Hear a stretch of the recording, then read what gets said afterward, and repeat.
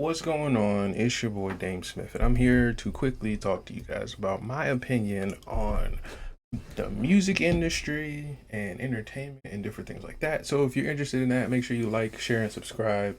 I'll be your host for the evening, and pretty much today's topic is going to surround around death and the ominous stigma death has and how it can relate to an artist and their career, right? And so maybe recently, and the time of you watching this video, you may have experienced death, witnessed it, or maybe know somebody who has, and it may have affected you in a way that you may not have been ready for. It may have been like a one of one, very unique experience. And for me, I've had a similar experience, and if you can relate, let me know in the comments because as an artist, this can be kind of life changing, or it can be kind of enlightening for a lot of people. And when I say life changing, I do mean things that are like career changing. Like you can almost change a lot of decisions going forward in your life, or you can learn a lot. Like you can take the things you've experienced and propel yourself forward. And I do want to explain a bit of my experience with it and kind of like explain how it works for an artist and what you can do and your options as an artist. So when you think of death, I do want you to put in the comments what comes to mind when you think of an artist's career dying. When you hear the word dying and career in the same sentence, what comes to mind? Do you think of like no more record sales? Do you think like we're not gonna stream your music anymore? We don't, what is it? And so for me, when I think of things like that, what comes to my mind is that there's almost a rejection of performance, meaning the artist doesn't want to perform, create, or initiate creativity and things like that. For me, that's kind of what it looks like. And it can be different for other people. Like I said, there were some examples I've given, but for some people, I've heard a career dying just simply means you just falling out of love with it. Like you still do it, but you're not having fun with it. Like you're the old guy who plays, piano, but he just hates it. He's sitting at a bar making $30 a day. That guy, in their mind, in their opinion, is in a dying or dead career, right? And so for a lot of artists, it's kind of important, in my opinion, for us to think about this earlier than later because as you age through your career, as you get wiser and learn new tricks like that, your resources of humans starts to change. Like you lose touch with people from either just moving out of away, or maybe you may lose them through death, or you may lose them through the relationship dissolving. However, you may lose these people, but do you have a consequence or a plan for when that happens, right? And it's important for artists to think about this because we tend to live a certain lifestyle that lacks the normal, predictable stability. Nowadays, we've been able to kind of streamline certain career choices and jobs for a lot of artists. But when you think about what it takes to be pretty much unique and stand out in an industry of people, there are risks and sacrifices that come with that. And as an artist, are you prepared to deal with that? Meaning you're not going to avoid them, but are you prepared to deal with them when they do come forward? And so one of the things that you're going to have to deal with is obviously, losing people. And in my experience, you lose friends and family members and things like that. But one of the things I've noticed from another musician was that they had lost a actual member of their group, their band, and it kind of dissolved the group. And even though they tried to make changes and make adjustments to the group and try to keep it going forward, it was pretty much like losing a key piece to a machine or a puzzle. And for them, making the changes to keep that career or that idea going looked completely different for what they may have imagined. Now, I use that as an example for me to make certain decisions, like how I work with people and how I'm going to maybe in relationships, or how I may have to end relationships with people, and I kind of think about that. And so when you think about the phrase of burning a bridge or maybe keeping connections with people from a long distance, this is one of the things you're going to have to think about, because the resources that humans are, meaning like the brain power of your lead singer, or like the dexterity of your guitar players and things like that, like that is valuable to a point to where you can almost say it's there's no price you can put on it. And so if you lose one person that has a skill that you really need for your music to work, or for your brand to work, or for your emotional psyche to work, little pieces like that is key for an artist's success. And I think a lot of artists, like I said, need to think about this early.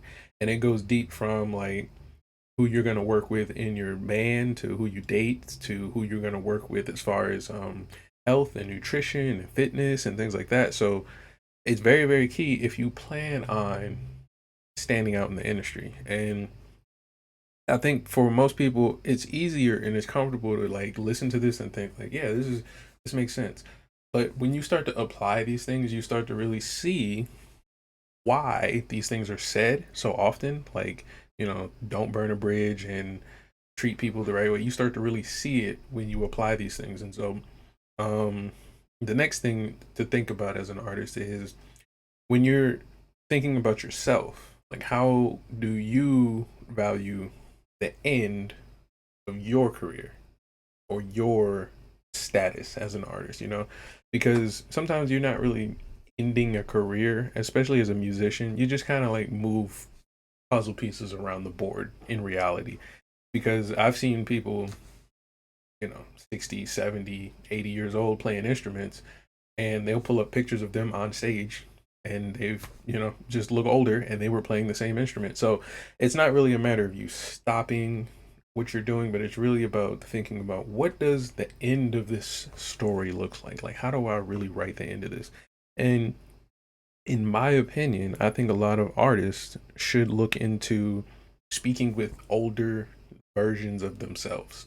So if you're a girl right now and you're playing like clarinet in marching band, find an older woman who played clarinet, and to a level you respect, like people who you would look up to and be like, dang, you either play clarinet right now really well, or you're a great person and you went to school for music. What was it like for you? And like think of questions that you can ask these people, and think of questions that like immediately pop up in your brain, because it may be entertaining for them to answer them, but also think of questions that will really, really help you for when you're at their point in their life, right?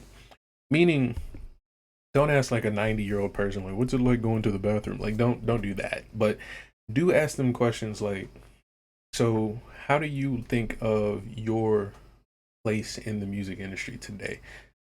And see what they say. And if they need more explanation, just explain to them what the music industry is today, like streaming and um the way we perform on like TikTok and Instagram live, and do they busk out live and things like that. There's a lot of different ways that people are performing in the music industry, and ask them how do they fit into that equation today. And if they say something along the lines of I do, ask them how. And if they say something along the lines of I don't, ask them why. And then just kind of have the conversation and bring it forth to something that's useful for yourself, and try to give them something that they can learn from, to help them or encourage them to continue being an artist. Because, like I said, it doesn't really end. You just kind of, move puzzle pieces around. And you'll notice a lot of older musicians do normal stuff. Like they do regular, normal shit. Like they just work, raise their families, and they have hobbies outside of music. And it really does come from their love of music. Like their love of music kind of drove them to the different opportunities in their lives, right?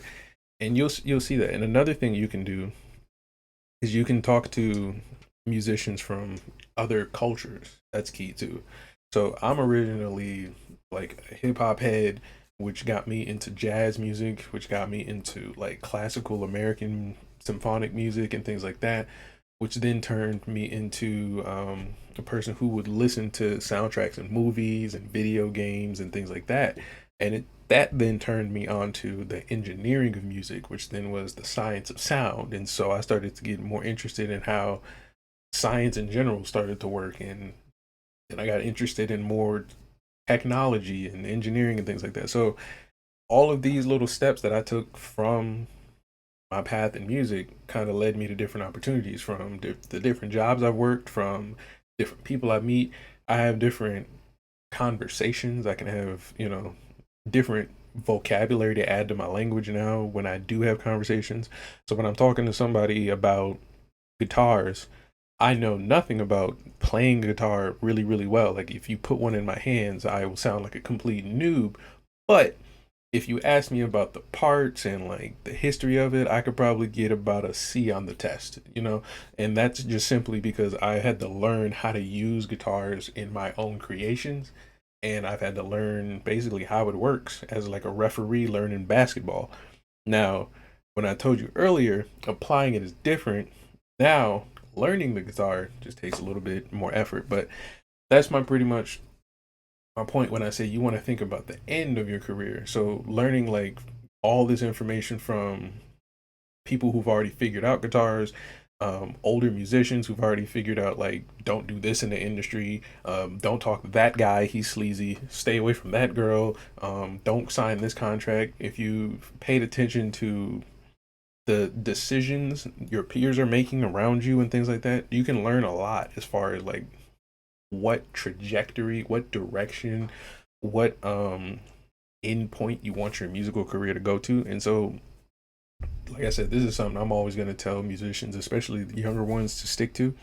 Now, the last thing I guess I could give you is when you're thinking about things such as status or like how people may judge you and is this the right path and questions like that, that's something that you're going to have to decide on literally on your own accord. And I do mean that literally. Like, you have to relearn everything that you needed to learn to become the person you are and then take control of it. Now, what does that look like? What does that even make? Like, that makes no sense. What am I saying right now? So that means like your parents, your culture, the music you listen to, the food you eat, all of that stuff, you have to now replace it with new things to see if that is truly going to get you to where you want to be.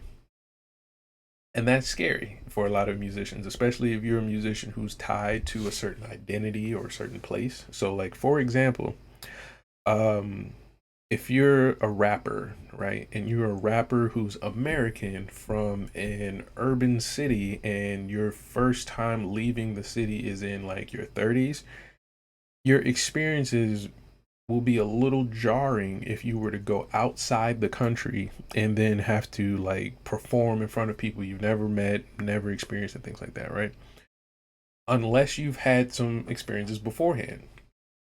And usually that only really works in a successful way if you've had people around you to kind of like walk you through certain mistakes you can make, or kind of like give you the heads up on things you can look for as a musician traveling in the world. But a lot of the things you're going to have to experience are going to be almost like taking everything you've learned as a kid and then just saying no to all of it and just rejecting it and then learning everything all over again. So, an example for me, what that looked like for me would be that I thought that music had a structure. I thought when you played a song, the things you learned in school was what everybody was striving for, right? And obviously, you could hear like on the radio songs that don't follow certain rules and things like that, or maybe you'll hear a chord that you don't really agree with in a beat or something, right? And that's fine. But what I then started to learn was that the reason we have the music theory and the rules around the world of like how music works is really to be used as a tool, not as a rigid frame for you to work within as an artist. So what then happens is you now unlock a lot of different ideas when you can say, here's a rule, but this is what happens when I break it. And then you have a lot of creativity that comes out of there. And this is why you need to expose yourself to different cultures as an artist, because you'll then see not necessarily rules being broken by other cultures, but the same rule that you follow being used as a tool differently, if that makes any sense, right?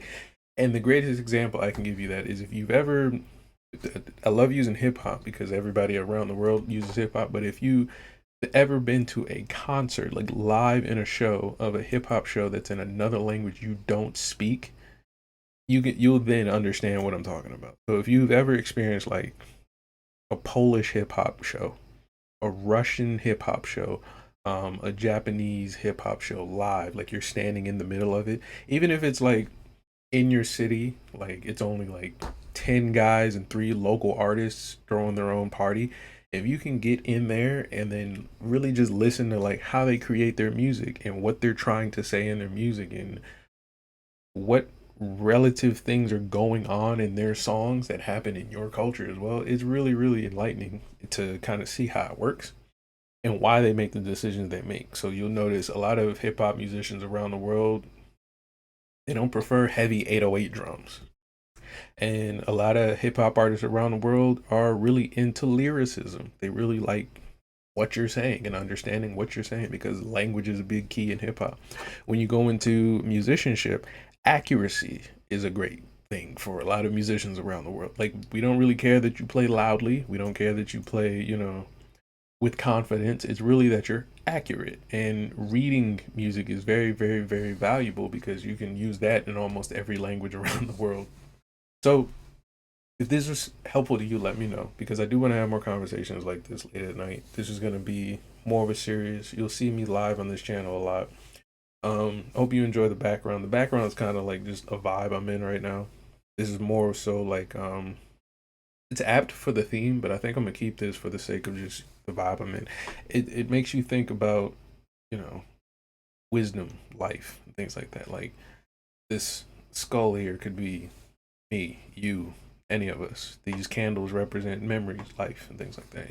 It's just something to keep your mind jogging about things instead of numbing it. But if you enjoyed this is a late night at Dames, and I will be doing more like this. And I want to make more videos about topics that you may be interested in, especially as artists, that can help you improve your career, but really just kind of help you understand your role in society, because that was one of the things that I struggled with as an artist, and I do want to help you guys get through that. So I'm out.